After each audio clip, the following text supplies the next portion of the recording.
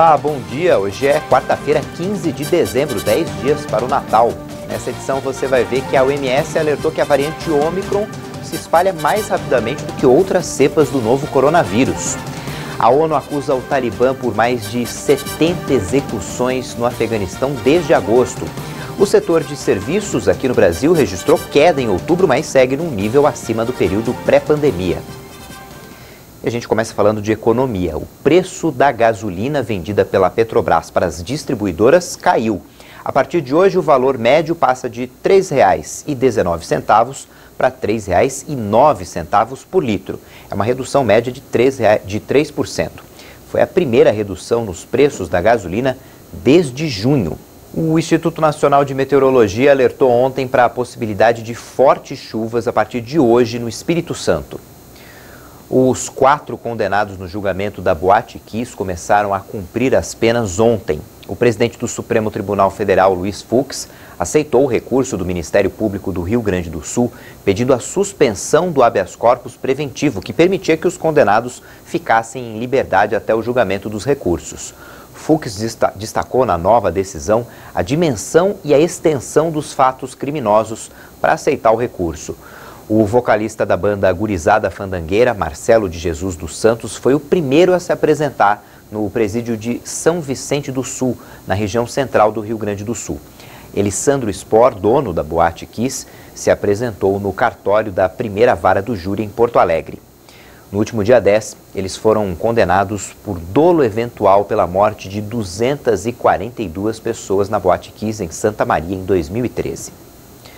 O setor de serviços recuou em outubro, mas o patamar ainda está acima do período pré-pandemia.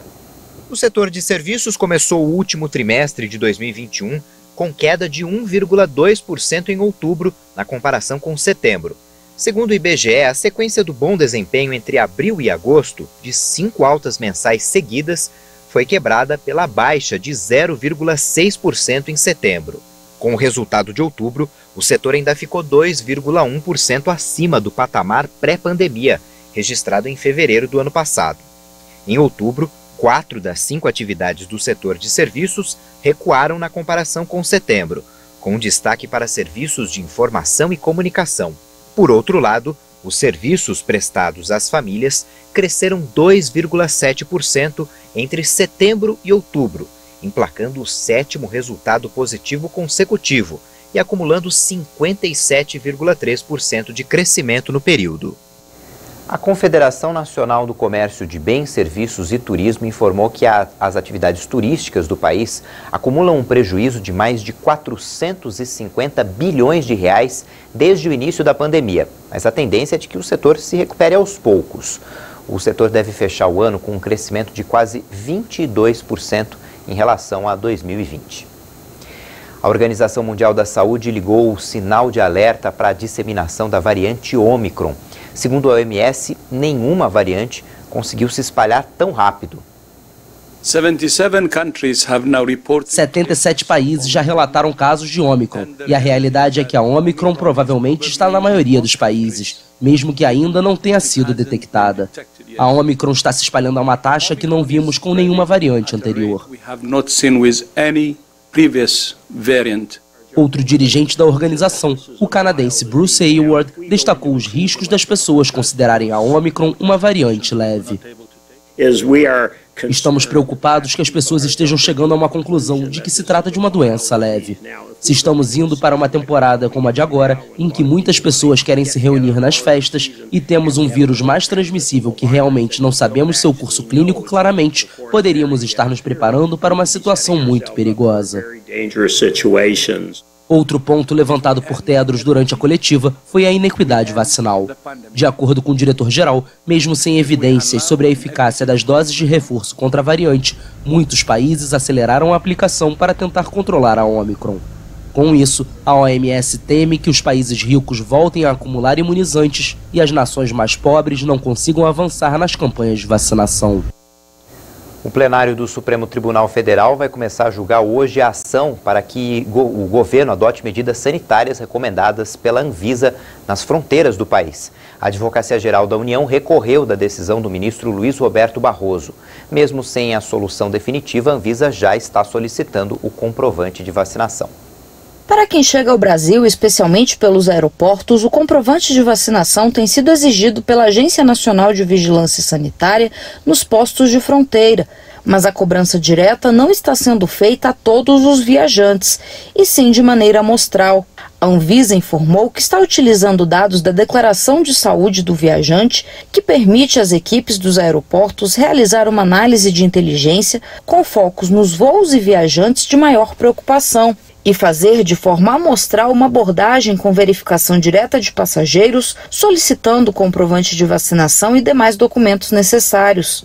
Segundo a Anvisa, esse trabalho deve ser reforçado e intensificado por todos os órgãos do governo federal e estados envolvidos, diante das novas regras vigentes. A agência esclarece que a exigência do comprovante de vacinação vale para todos e que a verificação por amostra não exime o viajante da responsabilidade em relação ao cumprimento das restrições estabelecidas, com o objetivo de reduzir a circulação da Covid-19 no Brasil. A Anvisa esclarece ainda que a implementação da cobrança atende decisão do Supremo Tribunal Federal e que a agência aguarda a edição de uma portaria interministerial com maior detalhamento para a entrada de viajantes no Brasil.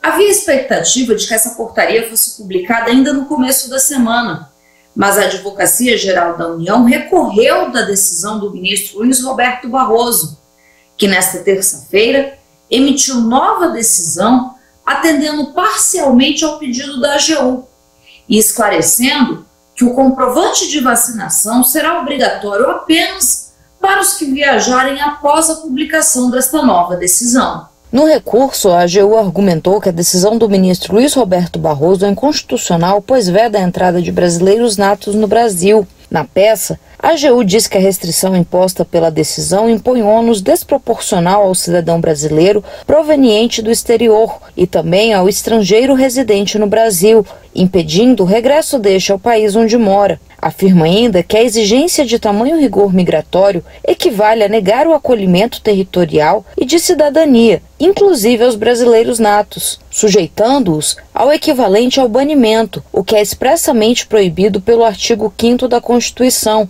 Por isso, a AGU pediu que o STF reveja a decisão para garantir e proteger os direitos à cidadania de brasileiros e estrangeiros residentes no Brasil. Em resposta, o ministro Luiz Roberto Barroso emitiu nova decisão cautelar, esclarecendo que brasileiros e estrangeiros residentes no Brasil que saíram do país até a data desta decisão, ou seja, nesta terça-feira, serão submetidos às regras vigentes anteriormente. Portanto, estão dispensados da apresentação do comprovante de vacinação ou quarentena no regresso, mas são obrigados a apresentar teste PCR com resultado negativo para a Covid-19. A decisão a que a reportagem teve acesso diz ainda que a determinação tem o objetivo de não surpreender os cidadãos que já estavam em viagem e que para os demais brasileiros e estrangeiros residentes no Brasil, acima de 12 anos, que deixarem o país depois desta terça-feira, o comprovante de vacinação será exigido junto com o restante da documentação necessária. O assunto voltará a ser discutido no Supremo nesta quarta-feira, quando terá início o julgamento da ação no plenário virtual. A sessão será concluída na noite de quinta. O Senado aprovou ontem à noite, por 52 votos, a indicação do senador Antônio Anastasia, do PSD de Minas Gerais, para o cargo de ministro do Tribunal de Contas da União. O TCU avalia contas prestadas anualmente pelo presidente da República e fiscaliza a aplicação do dinheiro repassado pela União. Para assumir o cargo, Anastasia ainda terá de ser aprovado pela Câmara. O texto do Marco Legal das Ferrovias já está com o presidente Jair Bolsonaro para ser assinado. Ontem, a Câmara analisou e rejeitou as propostas de mudanças da medida que vai facilitar a construção de ferrovias no Brasil. Segundo o relator da proposta, o Ministério da Infraestrutura está atualmente com 47 pedidos para novas obras da iniciativa privada.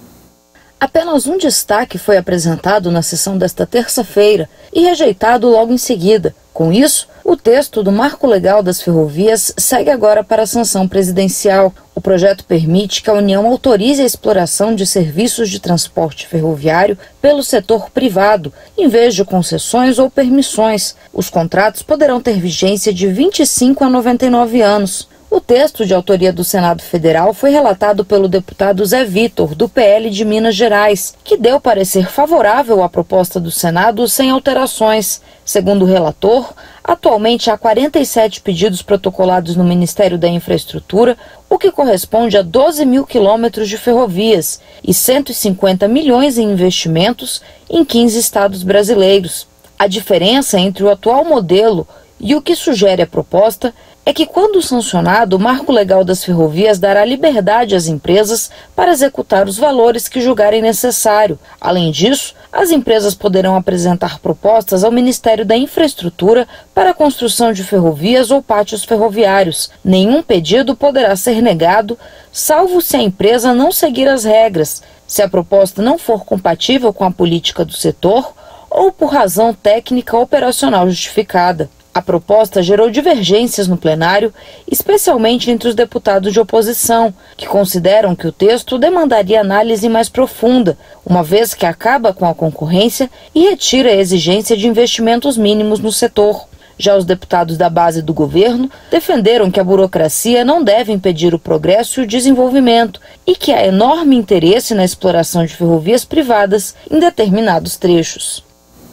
A Câmara aprovou ontem, em primeiro turno, a segunda parte da proposta de emenda à Constituição dos precatórios, que são as dívidas do governo reconhecidas pela Justiça. A proposta permite que 106 bilhões de reais sejam usados no aumento de gastos no ano que vem. E isso viabiliza o pagamento do Auxílio Brasil de R$ 400 por mês. Ainda falta a votação de destaques do texto principal. A gente vai para o intervalo e na volta você vai ver que a ONU acusa o governo do Talibã de ter cometido mais de 70 execuções desde agosto. A gente volta já.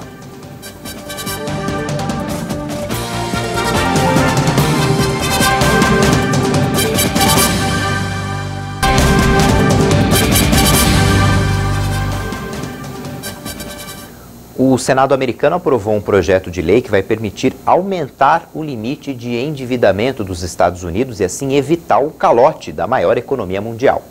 A iniciativa aumenta o teto de endividamento em 2,5 trilhões de dólares e vai permitir ao governo honrar suas dívidas até o início de 2023.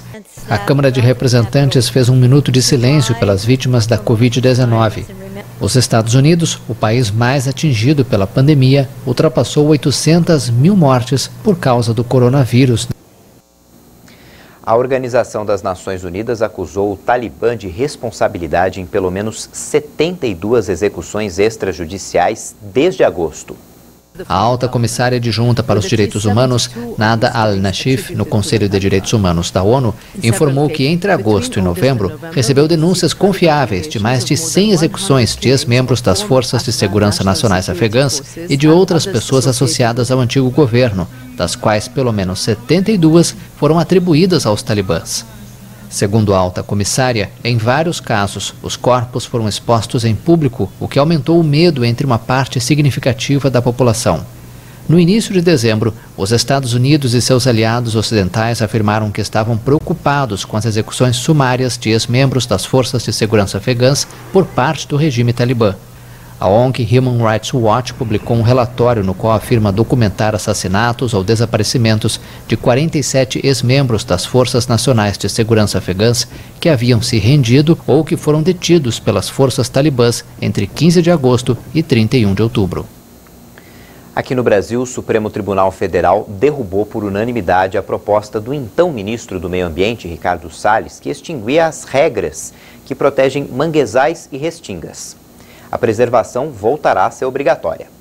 A decisão atendeu a uma ação movida em setembro do ano passado pela Rede Sustentabilidade para que fosse declarada a inconstitucionalidade da resolução do Conselho Nacional do Meio Ambiente de número 500. Essa nova resolução aprovava a extinção de 2 outras que delimitam as áreas de proteção permanente de manguezais e de restingas do litoral brasileiro, abrindo espaço para a especulação imobiliária nas áreas de vegetação das praias e ocupação de áreas de mangues para a produção de camarão. Na ação, a rede argumentou que houve violação aos parâmetros normativos previstos sobre o licenciamento de empreendimentos de irrigação, sobre os limites de áreas de preservação permanente de reservatórios artificiais e de localidades em geral.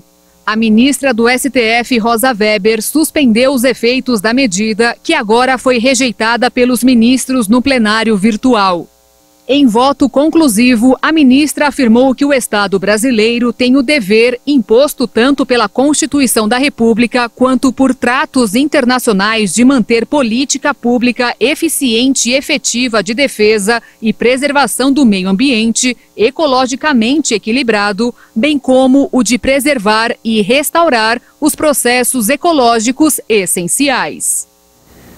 Dados do Instituto de Pesquisas Espaciais, o INPE, demonstraram que o desmatamento na região amazônica registrou queda de 19% na comparação com o mesmo período de 2020.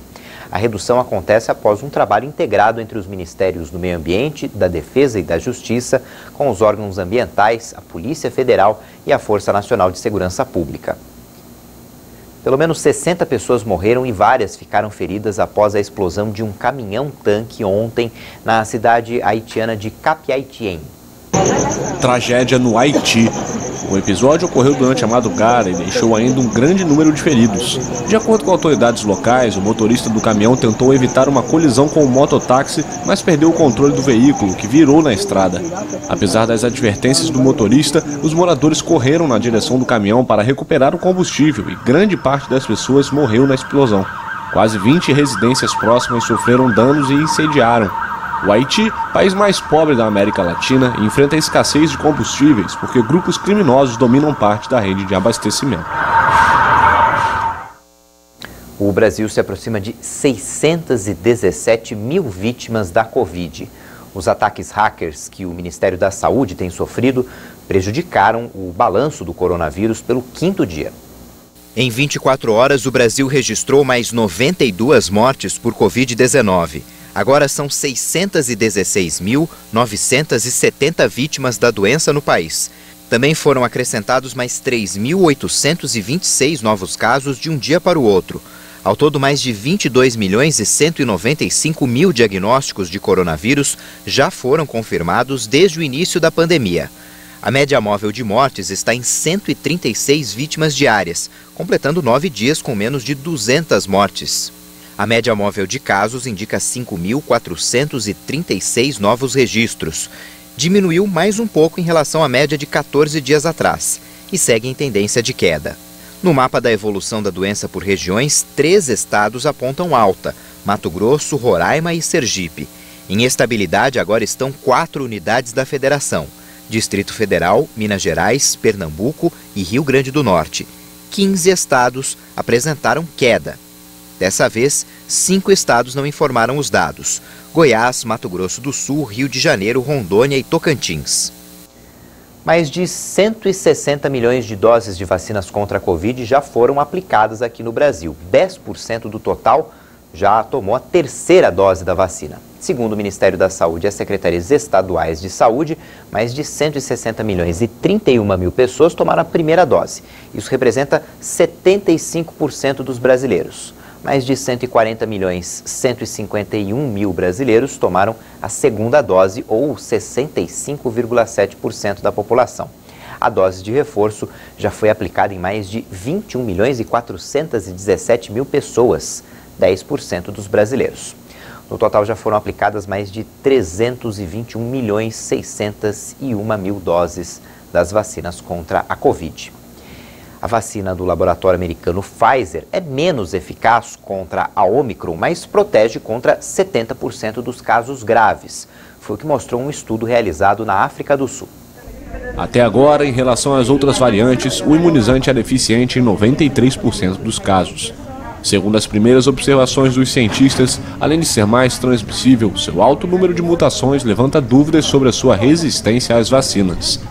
O estudo foi elaborado pela maior agência de seguros de saúde privados do país, a Discovery, com cientistas do Conselho Sul-Africano de Pesquisa Médica. A análise se baseou nos resultados de 78 mil testes PCR obtidos entre 15 de novembro e 7 de dezembro. O estudo mostra ainda uma eficácia de 33% contra o risco de contágio quando há muitas reinfecções, em relação aos 80% contra a variante Delta. Mas, de acordo com o Instituto Nacional de Doenças Transmissíveis, que participou da pesquisa, a gravidade dos casos é 25% menor do que os da primeira onda. Autoridades sul-africanas consideram os resultados extremamente animadores, já que a vacina foi desenvolvida para proteger das hospitalizações e mortes. A África do Sul vivencia um aumento exponencial dos casos desde o surgimento da Ômicron, que já representa 90% dos testes positivos. O país é o mais afetado do continente pela pandemia, com 3 milhões e 100 mil casos e mais de 90 mil mortes. Essa edição fica por aqui. Daqui a pouco, 10 da manhã no horário de Brasília, você confere outras informações com a Daniela Parisi. E no YouTube você pode rever as nossas reportagens. Tchau, bom dia.